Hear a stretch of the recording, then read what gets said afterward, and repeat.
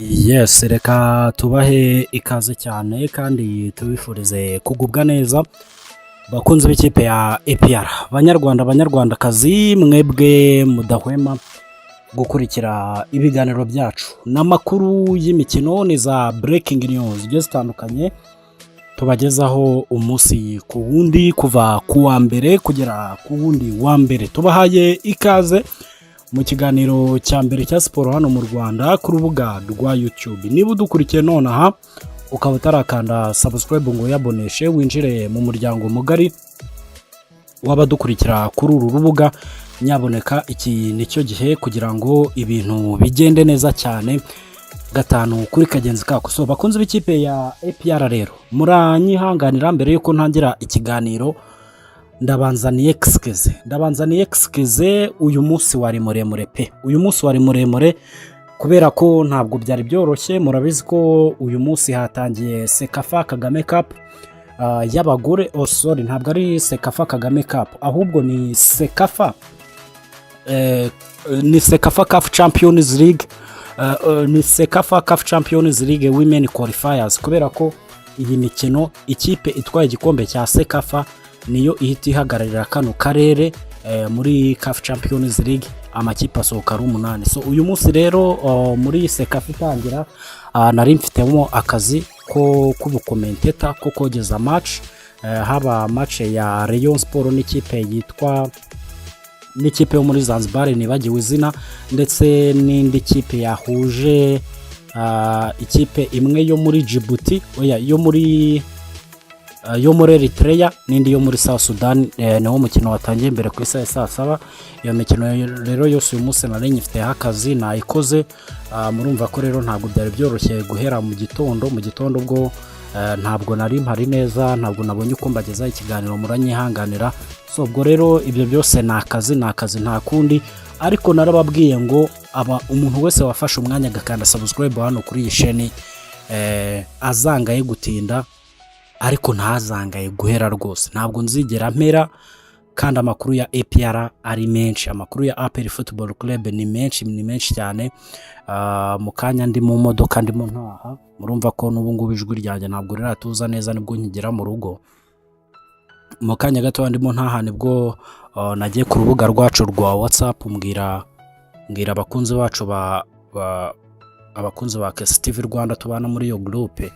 Ubwo nawe niba ushaka kwinjiramo wanyandikira kuri WhatsApp yanjye nkagushyira muri groupe yacu ya KSTV Rwanda, babwira ngo niba mu nkunda mwihangane muntegereze iminota mikeya ubundi nze mbagezeho amakuru y'ikipe yanyu. Barambwira ati turagukunda turagutegereza cyane. So rero nawe niba ushaka kuza kwifatanya natwe muri groupe ngwino nyine winjire muri groupe kugira ngo ibintu bigende neza cyane. Hanyuma rero hari ibintu bibiri nje kugira ngo tuganireho. Maze kubona breaking news y'igihe ikipe ya APR Football Club izahagurukira mu Rwanda yerekeza gukina na Resegle di Congo hariya i Lumumbashi. Iyo ni inkuru ya mbere, ariko inkuru ya kabiri, abakunzi b'ikipe ya APR mwitegure undi mukino mpuzamahanga, n'umukino wa mpuzamahanga wa gishuti. Ngiye kuza kugarukaho ariko nanone ikipe ya APR yasohoye n'ibiciro. Ariko mbere y'ibyo byose, mbere yuko twinjira muri ibyo byose, reka tubanze duhere ku myitozo y'ikipe ya APR. Uyu munsi ikipe ya APR Football Club yakoze imyitozo, ni imyitozo ya nyuma, yari imyitozo ya nyuma yiteguraga uyu mukino. Ngiye kubabwira kubera ko ikipe ya APR Football Club yateguye umukino wa gishuti ku munsi wo kuwa gatatu. Uyu munsi turi kwa kangahera, uyu munsi turi kwa gatanu. Ku cyumweru nibwo APR izakina umukino wa gishuti. Urumva uyu munsi rero yakoze imyitozo ibanziriza iya nyuma. Abakinnyi bose barahari bameze neza, ariko munyemerere bakunze b'ikipe ya APR, munyemerere ariko ndabasabye, sibyo, munyemerere iyi nkuru nyibategurire mu gitondo mu kiganiro Morning Sport, tuyiganireho turebere hamwe uyu mukinnyi.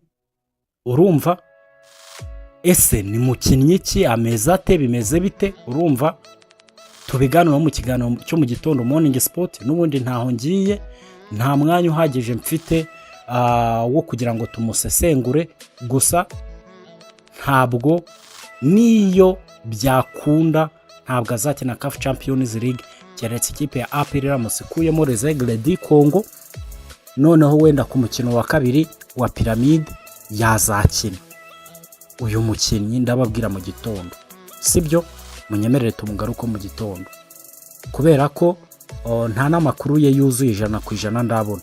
Urumva uyu munsi niriwe muri Sekafa y'abagore, nta mwanya wo gushaka amakuru ahagije nigeze mbona kuri uyu mukinnyi.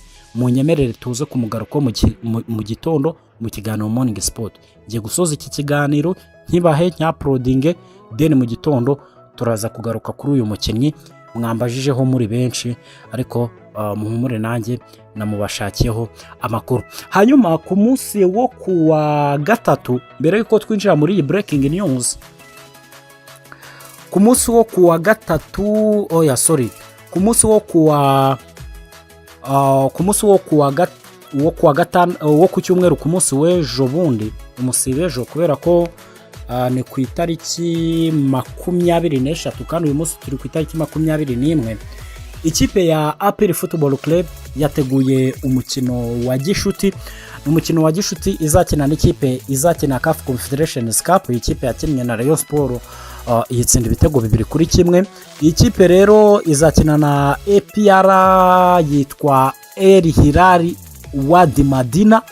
Niba mubyibuka neza, iyi kipe ni imwe muri ya makipe atatu yagombaga kuza gukina shampiyona y'u Rwanda, ariko iyi kipe haboneka arahiri gusa na El Merreikh. Iyi kipe ejo bundi umutoza wayo tuganira nawe yavuze ko impamvu batakinnye shampiyona ari uko badafite squad ihagije nk'iya El Hilal cya El Merreikh, kuko murabizi ko za El Hilal ikipe imwe ibiri hano mu Rwanda, imwe iri muri Sudan. Rero bavuze ko abo bakinnyi iyo squad imeze gutyo batayifite, bityo ariyo mpamvu batahisemo gukina shampiyona y'u Rwanda. Iyi match rero izaba ku cyumweru ku isaha 9. Ubwo abakunzi b'ikipe ya APR mugure amatike muzarebe uyu mukino. Nabonye ibiciro banabikubise hasi.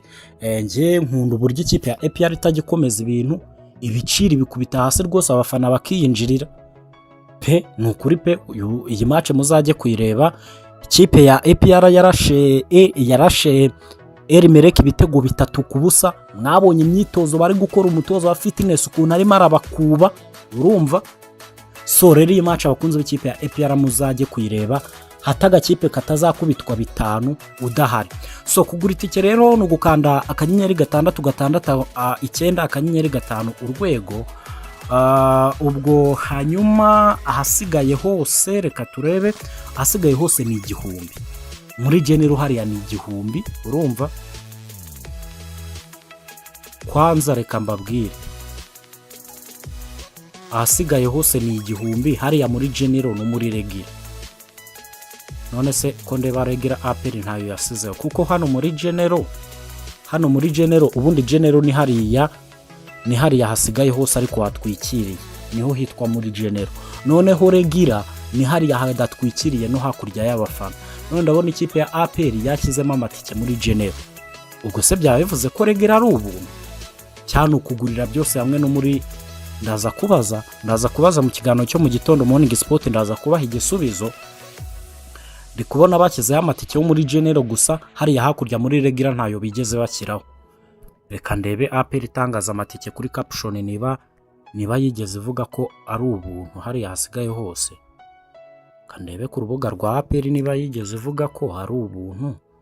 Ntabandi kureba graphique gusa, kandi mu by'ukuri muri caption hasi wenda babivuze. Reka turebe.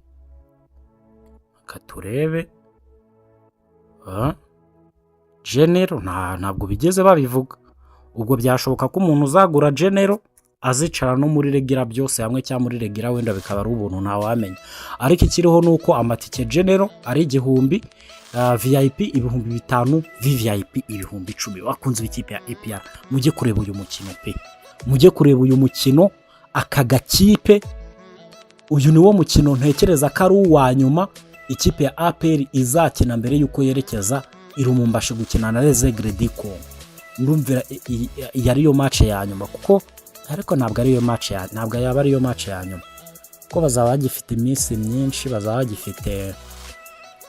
bagifite iminsi kuri 23, ngo bazaba bagifite iminsi 12, urumva bazakinamo iyindi match nk'imwe, ariko muzajye kureba iyi match nyamuneka.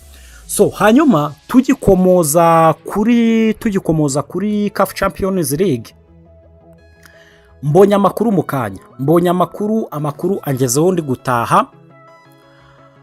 Breaking news, bakunze b'ikipe ya APR, amakuru mfite nta gihindutse, ikipe ya APR Football Club izahaguruka mu Rwanda ku itariki ya mbere z'ukwezi kwa 9 ejo bundi, yerekeze muri Zambia, urumva, ubundi izajye gukina ku munsi w'umukino, imanuke ku munsi w'umukino i Lumumbashi, ikine match. Uwo munsi izakina match zarangira bahita bafata rutema ikirere ibagarura i Kigali ku itariki 9 nibwo bazahaguruka. Ahubwo sindamenya amakuru neza niba bazahaguruka bahita bajya i Lumumbashi direct, cyangwa nk'uko amakuru yabivugaga ku munsi w'ejo niba bazahaguruka bajya muri Zambia, kuko hari amakuru yavugaga ko bagomba gukambika Zambia, kuko kuva Zambia kugera Lumumbashi ni nk'uko umuntu yaba ari i Rubavu akavuga ngo ngiye Goma, urumva. Ayo makuru rero yarahari, ariko ku itariki ya mbere z'ukwezi kwa 9 nibwo ikipe ya APR izahaguruka hano mu Rwanda ijya gukina na Les Aigles du Congo hariya muri CAF Champions League. Ubwo bivuze ko amakuru yavugaga ko ngo APR ishobora kudakina CAF Champions League, ayo makuru byashoboka ko yaba atariyo. So ubwo bakunze b'ikipe ya APR rero ku itariki ya mbere, ubwo wenda niba hari uburyo APR izashyiraho, niba hari uburyo ikipe ya APR izashyiraho ku buryo abafana bayiherekeza ntabwo mbizi, ariko ikiriho nuko iyo ariyo breaking news nabonye. Ubwo abakunzi b'ikipe ya APR nyine ku itariki ya mbere z'ukwezi kwa 9 nibwo ikipe yanyu izahaguruka yerekeza hariya i Lumumbashi. Ubwo nyine no gutegereza tukareba niba iyi kipe twayikuramo Les Aigles du Congo, nabonye ifite imyiteguro iteye ubwoba. Ariko bakunze b'ikipe ya APR, reka mbabwire ahariya i Lumumbashi aho muzakinira, ikipe ya APR izaba ifite abafana benshi bakubye nka gatanu ba Les Aigles du Congo.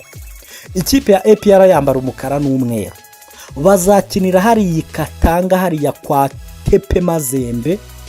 Niba hari abafana banga amakipe yo muri Kinshasa, n'abafana ba Tepe Mazembe barayanga, ku buryo nahoze mbona batangiye gukoresha ibyapa kimwe kiriho logo ya Tepe Mazembe, ikindi kiriho logo ya APR. Ikipe ya APR izaba ifite abafana benshi kuri uriya mukino, ibyo mu byiteguro. Ikipe ya APR izaba ifite abafana benshi kuri uriya mukino, kandi mwumvishe ko kapiteni wa gatatu w'ikipe ya APR yavuze ko ibindi byose bazabirangiriza hariya mu gihugu cya Kongo, urumva, ibindi byose bazabirangiriza hariya mu gihugu cya Kongo, noneho hano i Kigali bikaba ari nko kurangiza umuhango bayikuramo. So nibyo ngibyo rero, ubwo munyemerere nsoreza ahangaha, ibindi turi buze kubigarukaho mu kiganiro Morning Sport cyo mu gitondo. Nyemerere nsoreza ahangaha, ibindi turabigarukaho mu kiganiro Morning Sport cyo mu gitondo. Ndaza gukora ikiganiro cyiza cyane, ngiye gushaka amakuru tuganire kuri uyu mukinnyi ye kubaganiriza mu gitondo no muriro wo kotera kure. Hanyuma ndabashimiye cyane, mwabonye ko twujuje abasabi 10,000. 10,000 ntabwo ari abantu bakeya, ni Kigali Pere irenga, Kigali Pere irenga nyine. Urumva ko ari abantu benshi cyane kuva ku munsi wa mbere kugera amagingo angaya. Ubwo nyine icyo mugomba gukora ni ukugira ngo tuzamure imibare tuve kuri 10,000 tube twagera no ku 20,000 ibintu bigende neza cyane. Hanyuma ndabakunda cyane, munyemerere nsoreze ahangaha, bashimire cyane kumfollowinga. Ni Instagram yanjye ni Kasejizo 001, Facebook ni Kasiyejizo, urubuga rwa TikTok ni Kasiyejizo. Ushaka kwinjira muri groupe yacu ya WhatsApp unyandikira kuri 0739991218 karindwi ukambwira ati Kasejizo nakoze subscribe nshyira muri groupe. Ndabakunda cyane, asala vista.